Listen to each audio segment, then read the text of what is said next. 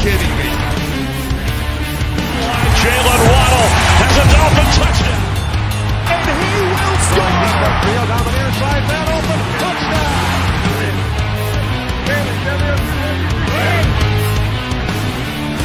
The run from Tagovailoa. Touchdown! He's going deep. He's going over the touchdown again. Tagovailoa trying to make up for it. Fire to the end zone. Touchdown! Beautiful day to be a Dolphins fan. Let's go!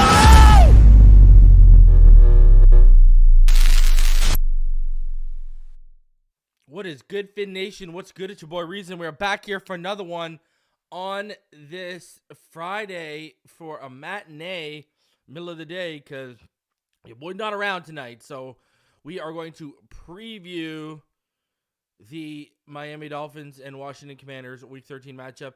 Shout out to Mario Gonzalez. Said, what up, Reason? Here in Rancho Cucamonga, California. Are you a Young Bucks fan, Mario? Because you better be out there. That's all I'm saying. Shout out to everyone. As you come through, please do me the favor. Smash the like button. Subscribe if you are new. And again, I appreciate all of you joining. I know, hey, some of you are at work. Some of you might be on their way home from work. Some of you might have today off. I appreciate you, Anthony. Thank you for enjoying the content. We got a lot to go over today. As you know, there is some positive news coming out of Miami Dolphins practice today. We will get into all of that. First thing I want to do is shout out the chat. Shout out all of you taking some of your Friday midday and coming and joining me. So I want to give you a shout out because I rarely go live in the day. So I want to shout out some of y'all for coming through. Omar, Robert Thomason, Uso1, John Featherland, Knight, Early Reason, yep. Chris G, shout out to you guys. Pro Special, Scotty Joe 22, Anthony Jenkins, Mario Gonzalez, Jason Keck, IMAX, Finfella, and Blake A. Shout out to all y'all for getting early in here. Appreciate y'all for coming through. Again, smash that like button. Subscribe if you're new. This is IMAX says I'm at work. Let me guess, IMAX, you work at IMAX. I'm just throwing it out there. That's just an educated guess that you work for IMAX. Maybe you don't. But I hope you're having a good day at work. M Court says Reason early. Yes, sir. Yes, sir. I even opened the room up at like 9 a.m. just because I know people wouldn't be used to it. Top Tier Gaming, how's it going? So you know what? Let's just hop into this stuff. Shout out to you, Jason. Thank you very much. Let's just hop into this stuff. And for all you Patreons, I'm gonna be, just so you know, I'm gonna be dropping a Patreon video tomorrow for you guys, so be on the lookout for that. And I forgot to mention it last stream. I'll mention it again. If you are a Patreon, I posted the giveaway video. Go check it out. I also contacted the winner directly. Haven't heard back from the winner. And then for the channel and for the channel members and for the general subscriber base, I am going to do the draw for the Tua shirt and for the Waddle shirt next week. So be out on the lookout for that. And then don't forget, I will be live on Sunday before the game starts, and then we'll have the fifth quarter post-game show. Has Zach Ertz cleared waivers? No, not yet. Hope everything's good with you, Todd. Been a minute. I hope you're good. There you go. 24 years ago, my main group of friends from work started calling me IMAX. I was a lot more animated when I was younger. That's funny. Yeah, Zach Ertz hasn't officially cleared waivers yet. I expect him to clear, and then I expect him to kind of do the song and dance that Shaq Leonard is. I don't expect him to sign. I mean, hey, some team might be willing to pay him $2 million the rest of the way. I don't know. So yeah, let's you know what? Let's just kick everything off. Let's get into everything. It's a busy day for everyone because it's Friday. And it feels so good to be Friday. Good. So let's get into this. Because I want to start off with a piece of good news here. There's a piece of good news that we should start this off because there's positivity to be spread. What's up, Denisha? Thanks for coming through. Positivity a little needed. Scotty says, does Ertz really have an injury? I think no, he was injured for sure. The move they made was, and I mentioned this on the show yesterday. Ertz in Arizona, basically, Ertz agreed to forfeit his game check this week. So he's not getting paid this week either way to get released. So, I mean, we'll see how it works. Again, it's going to cost about just over $2 million to sign him for the rest of the season. I believe we have over $3 million in cap space. I think it was reported by Jordan Schultz yesterday too. It was confirmed what me and Neil were just talking about and what everyone was in the football world knew was no secret, that it's fully expected that the Eagles and the Ravens are going to, be interested. But the question is, are they going to put in claims? And if they do put in claims, the real question is a team higher on the priority list? Because a team like us is higher on the priority list. A team like us is higher on that priority list. So I don't know. We'll see how it all works out. We'll see. I'm not expecting Zach Ertz to be a Miami Dolphin. I'm really not expecting him to be a Miami Dolphin. I expect him to go to the Eagles or the Ravens. That's what I fully expect. So it is what it is. Don't ever let it be what it ain't. Would I love to add Zach Ertz to this offense? Yeah, he could add something we want and need in that red zone, but it don't look like it's going to happen. We thought we'd get it from Chase Claypool. He's injured. We thought before that we'd get it from Erik Ezukanma. He's injured. I mean, Erik Ezukanma tweeted out that he wants to play football. He just wants to play football again, and it's a non-contact injury, and it was addressed by Wes Welker. And Wes Welker basically said, hey, man, I love to see the fire that he wants to play, but until he's cleared by the doctor, it is what it is. So, we're missing that big-bodied red zone threat right now. And, you add a tight end to this offense, and oh, my Lord. See, Eric Storm says the tight end is used so little in the passing game that I don't expect Miami. Yeah, because of who we have to use. Do you think if we had George Kittle, Mark Andrews, Zach Ertz, who can block and catch, they wouldn't be used more? See, that's a fallacy. That's a fallacy because we are an offshoot system of the same system George Kittle thrived in. So I don't know where this fallacy comes at. We don't like using tight ends. Tight ends are the quarterback's best friend. The problem is we have Durham Smythe.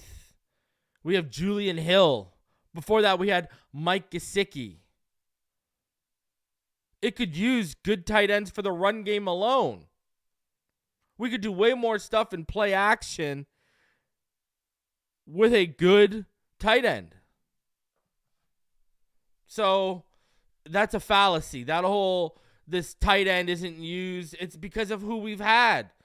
Dolphin fans overrated Gesicki. I was telling all y'all what the facts were.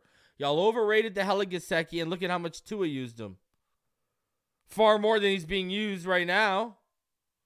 And the problem was he couldn't be used last year in this offense. Why? Because he can't block. Because when you put him on the field, you were tipping your cap to what you're doing offensively. Good tight ends can be used in this system. The problem is, I tell y'all, Smythe, love the guy. He's a borderline 2-3. He's not even a borderline 1-2. Let's not lie to ourselves here. This was never going to be a 600 or 700 yard guy. Never going to happen. You go get a guy like Brock Bowers in the draft. That's going to be, watch that narrative flip on its head. And Ertz can block. So, I mean, just because we've had a lack of talent that's been utilized, no, Brock Bowers is going like top 10, top 15. He's not falling to us. I would do unholy things for Brock Bowers. But even if you would have had a guy like Sam Laporta in this offense, I mean, just because we don't have any good receiving threats. I still don't understand why we don't use Smythe more often. Yes, he had that one drop, but when we call his name, he usually shows up. I agree. I want a tight end. Because what does he offer you after the catch? Smythe offers you nothing out of the catch. He's not a good separator. He's not a seam threat. Have you ever noticed we use Smythe on outbreaking routes and drags and crossers? We don't threaten seams with Smythe because he's not able to. That's a fact.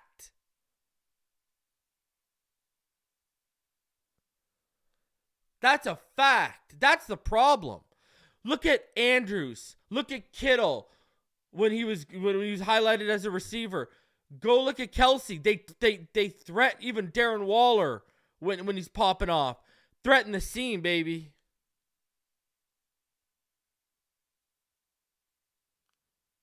Too one-dimensional.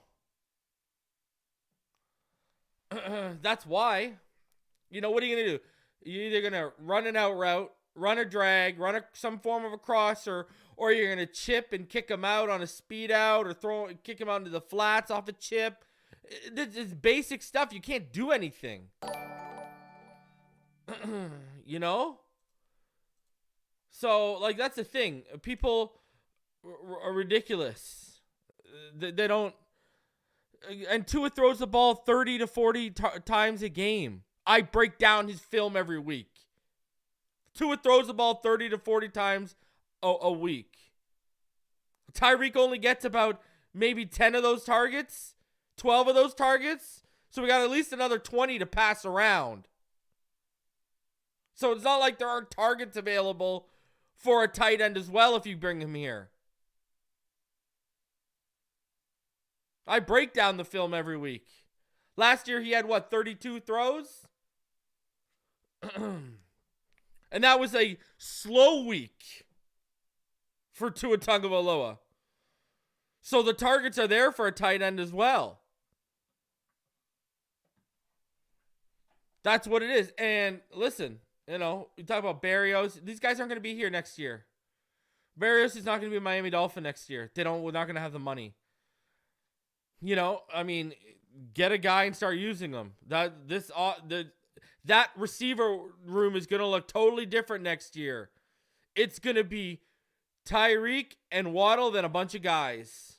It ain't going to be as good as it is this year.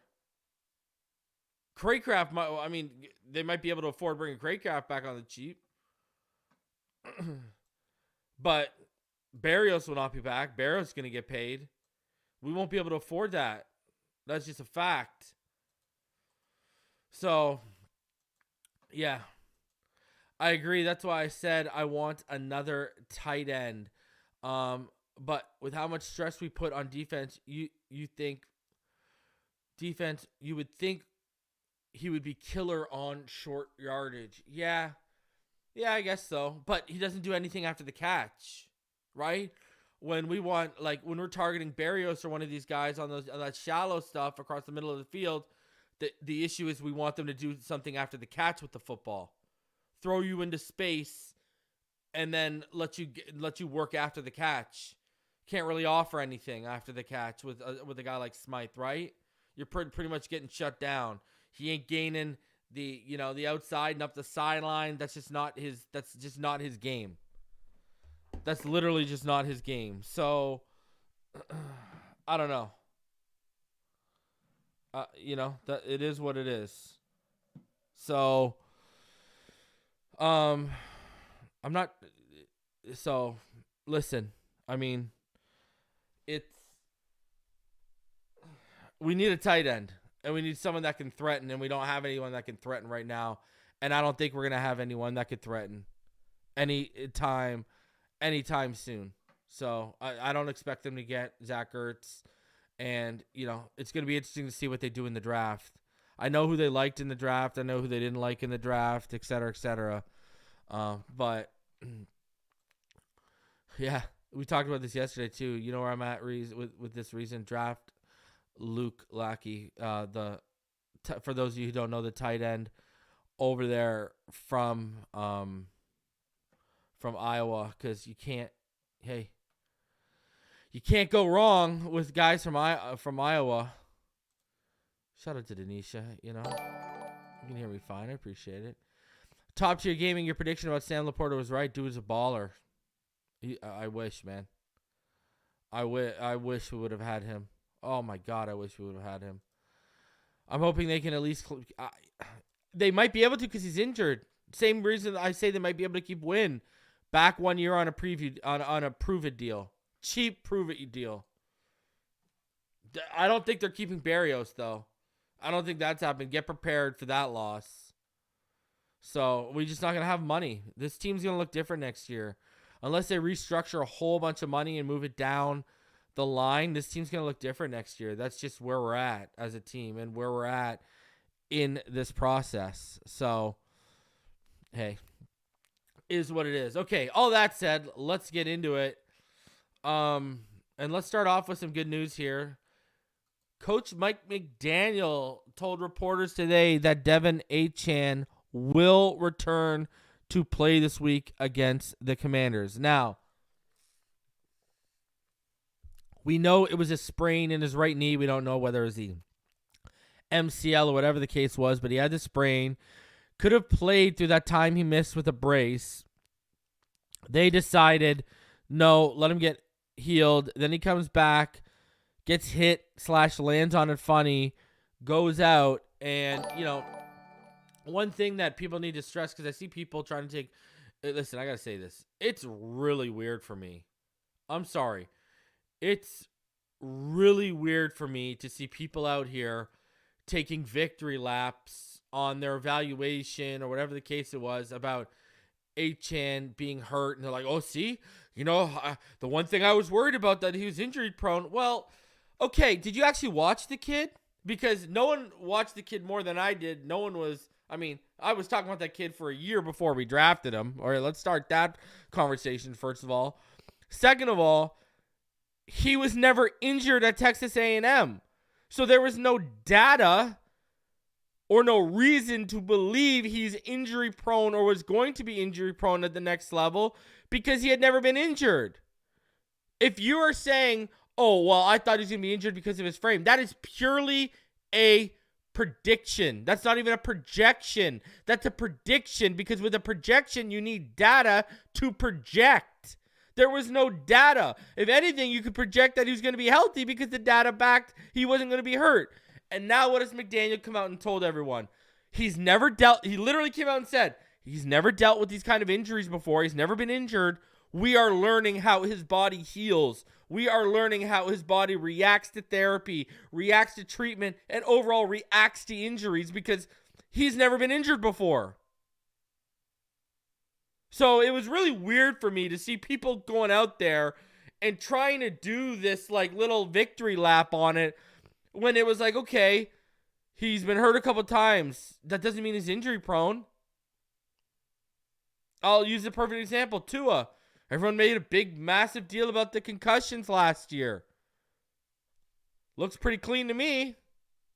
12 games in.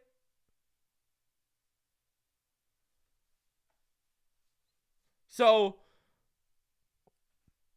I don't know. A whole bunch of context is being missed out with people trying to victory lap on Devin Achane. It's just weird to me. It's just weird to me. Who the hell wants to brag about, even if you are right about that prediction, who the hell wants to even brag about being right about that prediction? That means our team gets less production on the field. That's nothing to be happy about. Listen, I told everyone Austin Jackson was not good coming out of college. I told everyone he was going to struggle with what we were going to ask him to do. When we got Mike McDaniel, I told everyone Mike McDaniel's going to salvage Austin Jackson. Austin Jackson has poor man Trent Williams traits. You know, so I was right about one, about him not working out until Mike McDaniel got here. Then I was right about Mike McDaniel salvaging his career. You don't even hear me go off and off about that. You don't even hear me take victory laps about that, about either or. I wasn't taking victory laps when Austin Jackson was sucking and I was right that he was going to suck, because that means we suck. That means our offensive line is hurting. What the hell? That's nothing to brag about. I don't get it. Especially with a player, you know, potentially getting hurt. I I don't think Devin Achane is injury prone. I think it goes back to what Mike McDaniel said. When you've never been hurt before playing this level of football, whether here or Texas A&M, think of how many years that's been since you've been hurt. You're just learning. When they tell us they're learning his body, learning how he heals, learning how he reacts to therapy, learning how he reacts to treatment, that tells me they were just traveling through uncharted waters and they're just learning his body. That's it. That's all. And, it's not like this guy's tearing every letter in the alphabet in his knee. You know what I mean? So, and look at his injuries. The one in the offseason, he was literally picked up and, slammed. Literally, body slammed. Like Bobby Boucher was on the field and just took him to the woodshed, okay? And there's a good chance no matter who you are, you're going to land awkwardly or hurt something landing like the way he was thrown down. And then the knee sprain, I remember when that injury happened, when he got rolled up on his knee. Yeah, Martina, it does make me wonder if these people are Dolphin fans. You know when Reason brags? You know when Reason gives himself a Barry Horowitz pat on the back? When I'm right about stuff that benefits our team. Because we're benefiting from it. That's when I give myself a pat on the back for being right. People have heard me. When I said to Austin Jackson, go back to my evaluation, I said, I hope I'm wrong about Austin Jackson. Even Josh Rosen, when I would swear up and down to Aldi, Josh Rosen is not the guy. When you had people on this platform claiming he was a franchise quarterback, I was out here telling y'all he is not. He is not even a backup. But I would always say, I hope I'm wrong. I hope I'm wrong. I would always say that. I hope I'm wrong about Josh Rosen, but I know I'm not. And now Josh Rosen, I don't know where he is. I don't even know if he's bagging groceries, because when he got that spot in San Francisco, his girl was out there. I think we got a Josh Rosen emoji too of him and his girl in a pool, in a hot tub. I think you can throw that in the chat if you want right now. But I don't get it. I don't get it. I don't get it. Anyways. Let's keep it rolling here. Let's get into, because some of y'all are going to this game. I know that for sure. Man, bring you better be listening to Rihanna on the way, because you better be bringing your umbrella, Ella, A. So you better bring it for Sunday, because there is the chance of light rain. The precipitation probability is over 50%.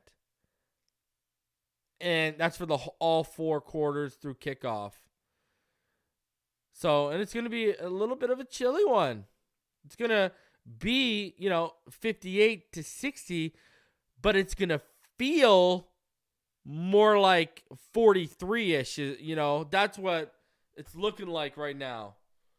So that is going to be a decently cold one. Be careful, and hey, you're in Washington, and it's not a nice stadium. It's not a nice stadium at all. So, everyone just be on your best behavior.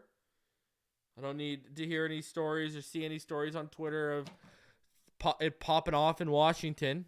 But man, that's 14 degrees Celsius, feels like 6 degrees Celsius. That's cold. So, you're going to have wind. You're going to have gusts, 7-mile-per-hour gusts out of the southeast. And look at the cloud cover. That's what's going to make it crappy. The cloud cover, it's 97% cloud cover. So it's just going to be crappy weather, crappy day. L-Pad's right. Listen, I'm going to tell you this. He says the stadium's a dump. Listen, I'm going to tell you this. If Buffalo is the armpit of arguably North America, let alone the U.S., FedEx Field might be like the armpit of NFL stadiums. Real talk. I ain't even lying to you. So, man, be safe, dress appropriately, stay warm, stay as dry as possible. You know what I mean? Bring those ponchos, everyone. All right? Jason Keck says it's the taint. FedEx Field is the taint of the. Oh, you kill me, man. You kill me. Shout out to all y'all. Please do me the favor, smash that like button, subscribe if you're new. I appreciate you. And the worst thing too, I gotta go back on that Devin Achane. These people, in my draft evaluation, this is the one thing I was worried about. And these people are like don't even have half the draft resume I do with, predicting players to the Dolphins, picking perfect fits for the Dolphins, being right about players, etc. It's hilarious. It's hilarious. And yet some of them even get viewed as, knowing draft aficionados when they're not. All right. Continuing on here. Listen, this is from yesterday, but I can give you an update. So the injury report from yesterday was you had Javon Holland and Kendall Lamb as basically do not practices. Now, the word is everyone on the Dolphins 53, including Javon Holland, were participating at practice today, at least to some extent. All right? So what does that mean? That means that, I don't know if Holland's going to be going. Achane's back. The one that seems like he might not be good to go is Robert Hunt. Robert Hunt is the one that I would be weary about. I don't know if Robert Hunt's going to go this week. Javon Holland did say he's optimistic about playing Sunday, but there's been no final decision set yet. Teron Armstead said he's playing Sunday. All right. And remember, Devon Achane, this just got reported while I was just ranting to you guys. Devon Achane just came out and said that was the first knee injury of his life. He's never had a knee injury before, even a sprain. Literally just came out about 10 minutes ago and told reporters that was the first knee injury of his life. So, there you go. That's why they're just learning how the body works, right? Just learning how the body works. So, it looks like Armstead's good to go. Achane's good to go. Holland said he's optimistic. No decision's been made. The one that I would be weary about, like I said, I don't know if Robert Hunt's going to be able to go this weekend. Holland never had knee issues before. Apparently, both these knee injuries popped up in the Jets game. This was after the interception. They popped up. I think, I don't know. These are from what I understand. Both these knee issues Alpad both came from the Black Friday game.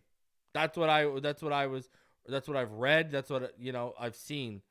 So that's just based off other people's reports. That's what I've heard. So I don't know. We'll see. We will see. That's for sure. So we'll see. I think Robert Hunt's probably the one. Again, I wouldn't be banking on Robert Hunt. How do these two teams compare when you stack them up against each other? Look at this. Dolphins. Number 1 total offense against the Commanders. Number 14 total offense, which is impressive because the Commanders have the number 9 passing offense, but the number 25 rushing offense. Dolphins 1 and 2 in both respective categories, while the Dolphins have the number 2 scoring offense. The Commanders have the number 20th. Now this is where it gets ugly. The Dolphins have only allowed 18 sacks, third best in the NFL. Commanders, they've allowed 55 sacks, 31st in the NFL. That is a lot of hits for Sam Howell. That is a lot. Now, from a third down perspective, the Dolphins are 12th in the NFL. They convert at a 42.3% clip. The Commanders, they convert at about a 38.2% clip. Okay, this is why let's stop at the offense here before we get into the defense comparisons here. You got to give Sam Howell his props. I'm sorry, everyone knows I love my boy. You got to give Sam Howell his props. This guy's been sacked 55 times. Has,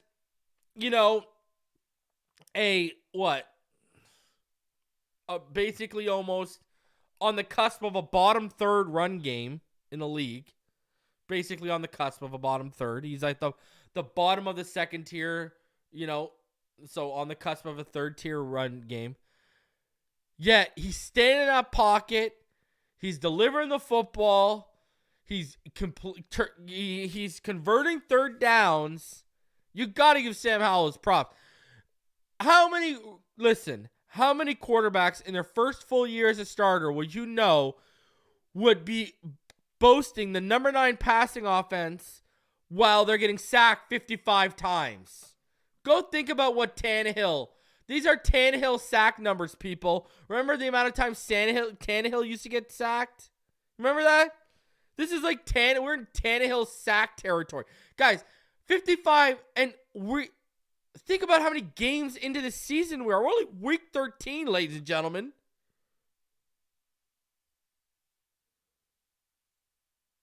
Like, good Lord. Good Lord. This guy's going to finish with like 75, 80 sacks.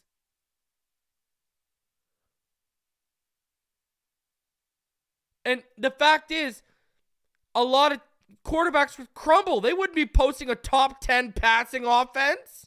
I'm going to tell you this much. Washington, they get that offensive line figured out because that offensive line is trash. When you look at the pressures they've given out, holy jeez, that line is trash. And, you know, when the problem is they need a better running back. I don't think Brian Robinson's that dude. They should have featured Antonio Gibson more, but I digress.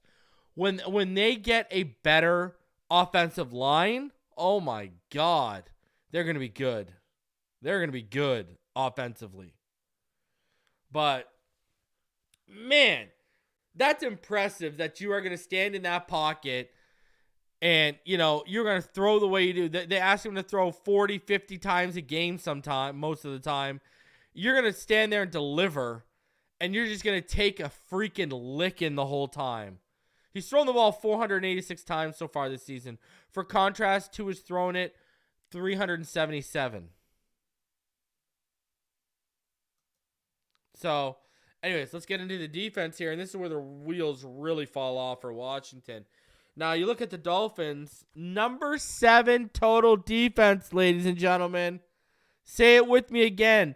Number 7 total defense.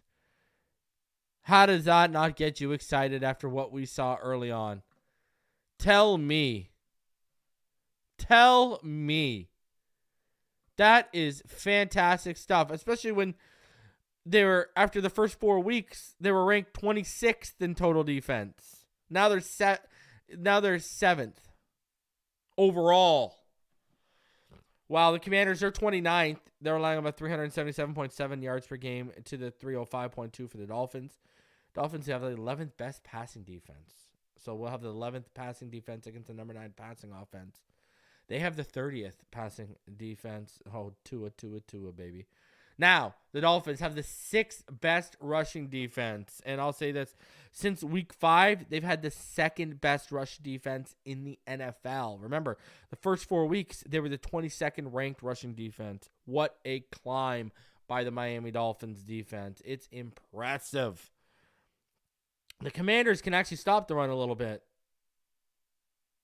Right? They can actually stop the run a little bit. They're 17th against the rush. But, hey, when you can get 264 yards per game on them, just keep throwing. Scoring defense, they're the worst in the NFL. The Commanders are allowing 29.2 points per game. And the Dolphins, they're 23rd. They are allowing 22.8 points per game. So they're still letting points up. Now, some of those have been thanks to the offense, putting them in predicaments, et cetera, et cetera. Dolphins, they're 3rd in sacks. They have 38. Commanders, they're 8th in sacks. They have 35. Remember, that interior still boasts some difference makers. Third down defense, Dolphins are 9th in the NFL. They're only allowing a 35.9% conversion clip. Commanders, they're 18th in the NFL. They're allowing a 39.5% conversion clip. Takeaways, the Dolphins have 14, which is 20th best. The Commanders, they have 13, which is 25th in the NFL. Now, as an offense, giveaways, the Dolphins have 19. That's tied for 23rd in the NFL. The Commanders have given the ball away 22 times. That's 30th in the NFL right now. So, when you look at how these two teams stack up, the interesting matchups that stand out to me, the Dolphins have the number 1 passing offense going against the number 30 passing defense. And the Commanders have the number 9 passing offense going against the number 11 passing defense. That's interesting stuff right there. And then you got, and then on the flip side, look at sacks. Dolphins 3rd in the NFL in sacks, 38. Commanders, they're 31st in the NFL in allowing sacks. They've allowed 55. And then on the flip side, you got the Commanders are 8th in getting sacks. They've got 35, while the Dolphins' offensive line, they've only given up 18, which is 3rd best in the NFL. So, going to be very interesting to see how the offensive lines match up with their defensive front matchups, and then also how the passing attacks face off against these pass defenses. Very, very interesting when you look at how these two compares and the matchups through the numbers and the analytics that you can watch in game. Very interesting when you break it down. So let's keep it going, though. Let's get into my keys to victory. Let's start off with the offense. And to me, it's going to be you got to protect the football. You got to play a turnover-free game. You have not played a turnover-free game since the Broncos game. You have 16 turnovers in that span since the Broncos game. Come on, man. Come on. Protect the football. Especially with the number 9 passing off, they will make you pay. They will put points on the board. Especially if you give away the ball on your side of the field. Do not give them short yardage to go to get points against you. And that starts with the offense. Tua, 10 picks, charged with 10 fumbles, even not all of them are his fault. That's 20 right there, man. We got to be better. We got to be better. This is the week. Fix the turnover problem. Come on, man. I was going to put minimize, and I just said have a turnover-free game. Screw minimizing. Number 2. I like this one. I had to. Come on, guys. I had to. Chef Tua and the sous chefs in the wide receiver corps should cook Washington's secondary. Ladies and gentlemen, this shouldn't even be close. This should not even be close. Let me tell y'all something. Percy Butler has given up 4 touchdowns in coverage, their safety. Benjamin St. Juste has given up 4 touchdowns. Kendall Fuller has given up 4 touchdowns. Now, I don't know if Emmanuel Forbes is going to be playing this week yet. It's not likely, but he's given up 3. Jamin Davis, their linebacker they drafted a couple years ago, who everyone remembers I liked, he's given up 3. Kareem Curl's given up 2. Danny Johnson's given up 2. Cody Barton's given up 2. Their other linebacker, Kaliki Hudson, has given up 2. Derek Forrest and Jartavius Martin, the other 2 safeties, have given up 1. They have given up. If you start doing some math here, guys, they've given up 28 touchdowns in coverage this season so far. 28 touchdowns in coverage.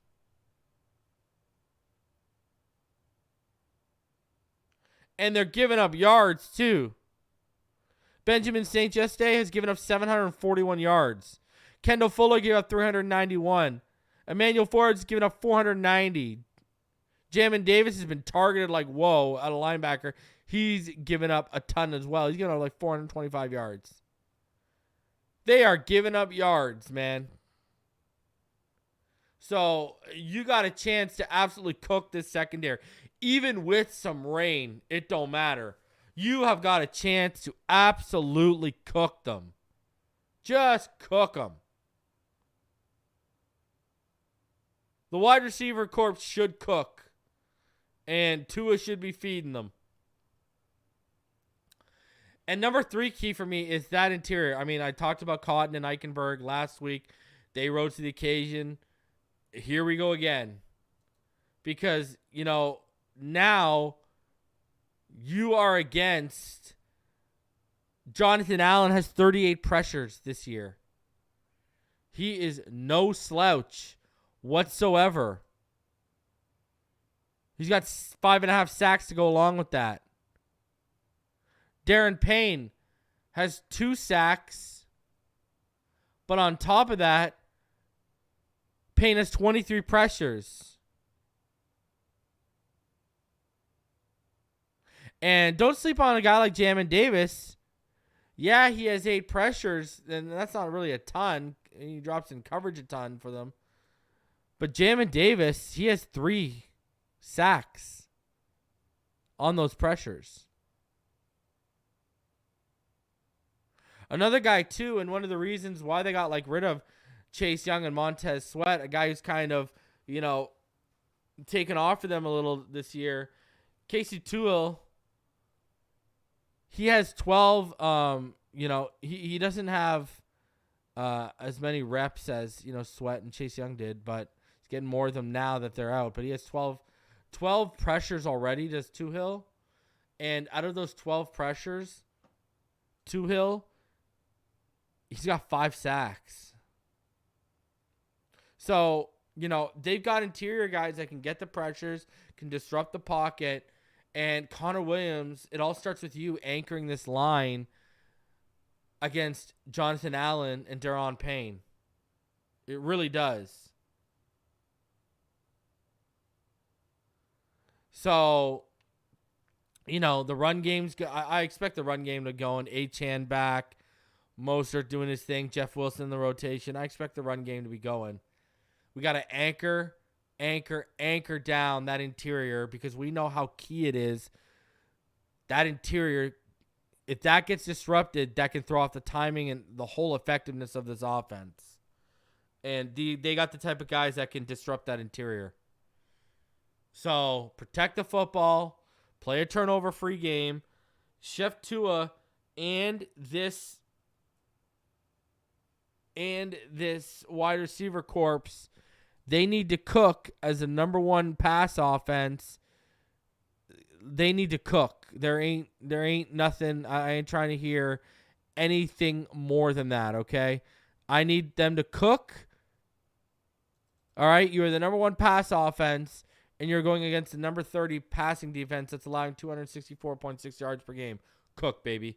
And Connor needs to anchor the interior against Jonathan Allen and Daron Payne. So those are my offensive keys. Let's head on over. Let's get into my defensive keys of the game.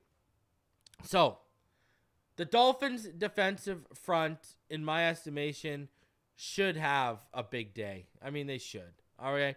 You got Andrew Wiley, all right, and Charles Leno, their bookend tackles. Guys, Wiley's allowed 36 pressures. Charles Leno Jr. has allowed 29. They've allowed 65 pressures between the two of them. Sam Cosmi, my boy, he's allowed 27 this year. Tyler Larson, the center, he's allowed 22. Shadiq Charles, the other guard, he's allowed 21. Backup guard Chris Paul has allowed 20. Backup center Nick Gates has allowed 19.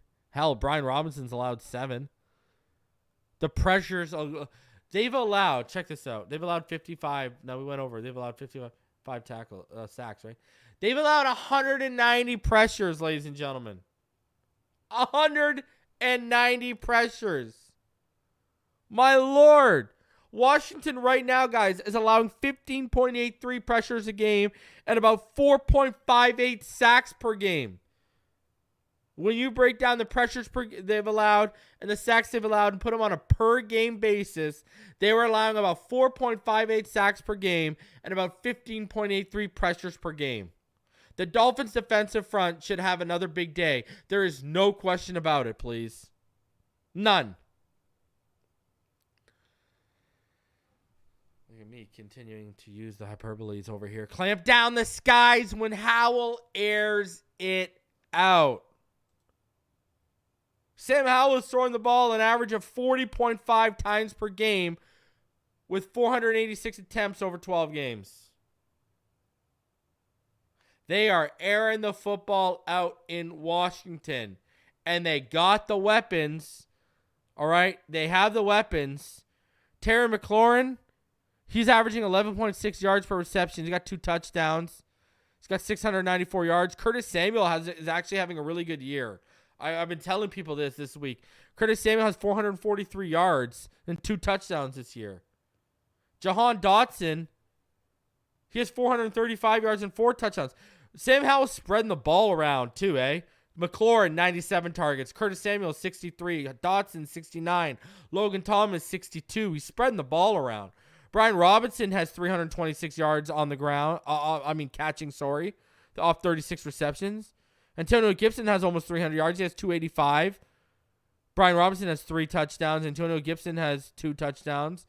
Diami Brown, who Howell played with at North Carolina, only has 21 targets for 186 receptions and a touchdown.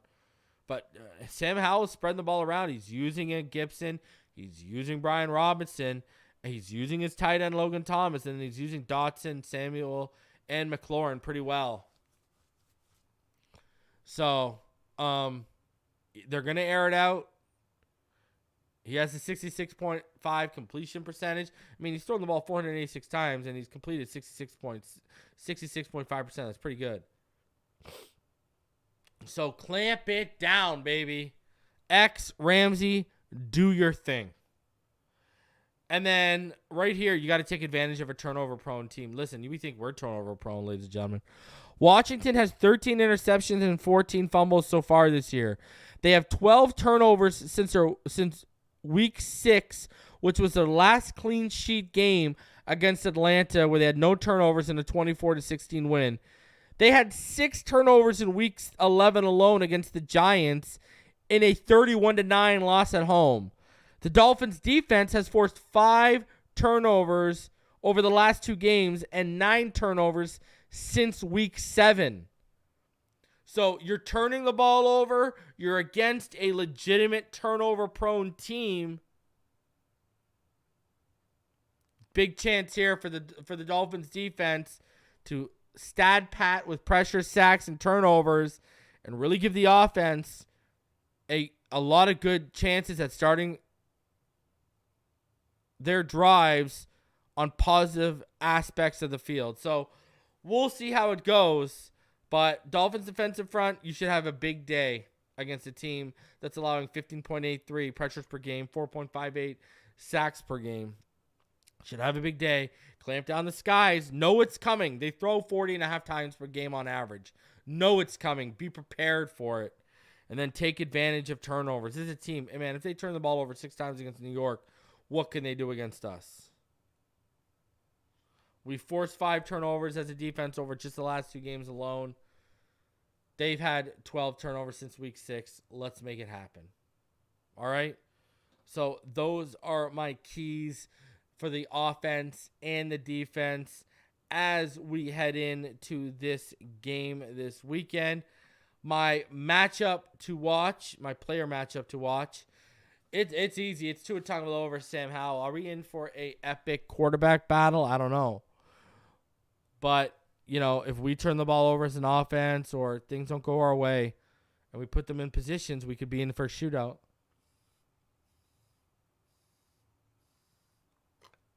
I keep going to that Eagles game. Keep going back to that Eagles game with Sam Howell, right? And, I mean, the guy threw for 397 yards. Had a 75 completion percentage. He was 39-52, 4 touchdowns and a pick. And he was only sacked once. Had 114 quarterback rating that game. And that was at home. Yeah, they lost, but Sam Howell didn't make it easy. And then you look at Tua. I mean, we got the number 1 and the number 4 guy in passing yards this season between Tua Tagovailoa and Sam Howell. This is a good quarterback matchup, man. So that's my matchup to watch. Which is the number 9 passing offense or the number 1 passing offense? Which one's going to take the game over between the two? Got to ask yourself that situation, that scenario. I mean, hey, we will see how it goes. We will see how it goes. But man, interesting stuff. As we head into it. Continuing on, I know people have been wanting clarification on the IR situation. Check this out. Joe Shad tweeted this out not too long ago, about an hour ago. He said, for those asking, each NFL team gets 8 players who can return from IR each season. This includes the postseason, so no additional spots for postseason. So yes, Miami would need to keep its final spot open for possibly small chance Isaiah Wynn could return in the postseason. So for all of you guys asking for clarification on, how many people can actually come back, does it reset? It does not reset. And like I've been telling y'all for weeks, I was told Isaiah Wynn probably out for the season. Then what did Neil tell you a couple weeks ago? He heard unless we go on a deep run into the playoffs, maybe he can come back. So we'll see what happens. But, now we've got one spot. I'm shocked they used it on Chris Brooks. I am shocked they used it on Chris Brooks with Achane, Mostert, and Jeff Wilson now. I'm shocked they used another spot on just in case. You never know. Because if we lose another player and they're going to be out for like 4 or 5 weeks and come back during the playoffs, there goes Wynn's shot, right? We're going to want to bring that person back if they're an impact player. That's just the fact of the matter, right? So, we'll see how it goes. Now, interesting thing here, Tyreek Hill. Check this one out, guys.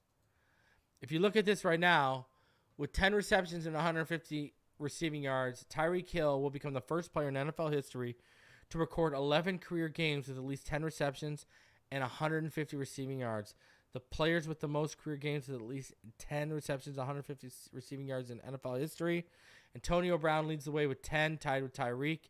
So does Andre Johnson, Julio Jones, and Jerry Rice. Obviously, Jerry Rice in the Hall of Fame. So a big chance for another milestone to fall by Tyreek's hands. And to his hands, really, too, because someone's got to get on the football, right?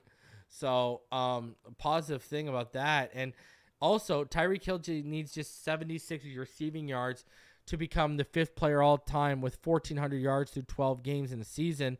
And he would be the 2nd player in the Super Bowl era to ever do that. You look at Calvin Johnson. He had 1,428 in 2012. Lance Allworth had 1,428 in 1965. Elroy Hirsch in 1951 had 1,495, and Charles Hennigan in 1961 had 1,541. So he would tie to Calvin Johnson. Everyone there is a Hall of Famer except Charlie Hennigan, but he would tie Calvin Johnson as become only the 2nd player in the Super Bowl era to have 1,400 yards or more through 12 games. And for you wondering, he needs 104 yards to tie Calvin Johnson because he's at 1,324, and 105 yards to beat Calvin Johnson, have more yards than Calvin Johnson through the first 12 games. So there you go. And to set the record on what I'm talking about, he needs 217 yards to tie it and 218 yards to break the record and have the most yards through the first 12 games in a season.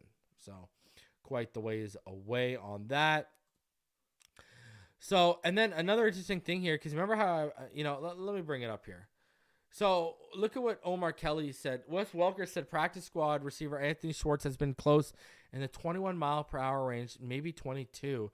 That puts him in there with Cheetah, Achane, Wall, and Mostert. And if you didn't see yesterday, guys, DK Metcalf on his touchdown, one of his touchdowns yesterday, he took the fastest clock time. He took the number 1 spot. He had over, I think it was 22.4 miles per hour, beating Tyreek Hill's 22.06 miles per hour, I believe it was.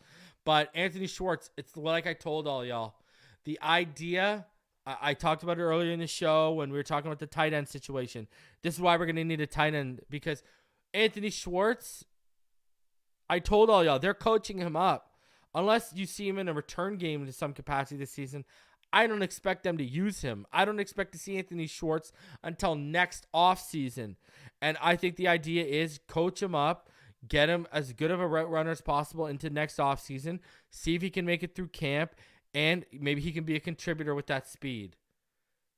But these are the type of long-term plans they're putting in place because they realize they're not going to have a ton of money next year. That's how far ahead they're thinking right now with Anthony Schwartz. Anthony Schwartz is about next year and what he can do from next year down the line. It's never been about this season because they know they're going to lose receivers. They know it's coming. They know they're not going to be able to afford to bring all these guys back, and it's just going to look different. So we'll see how it goes. And, hey, it is what it is.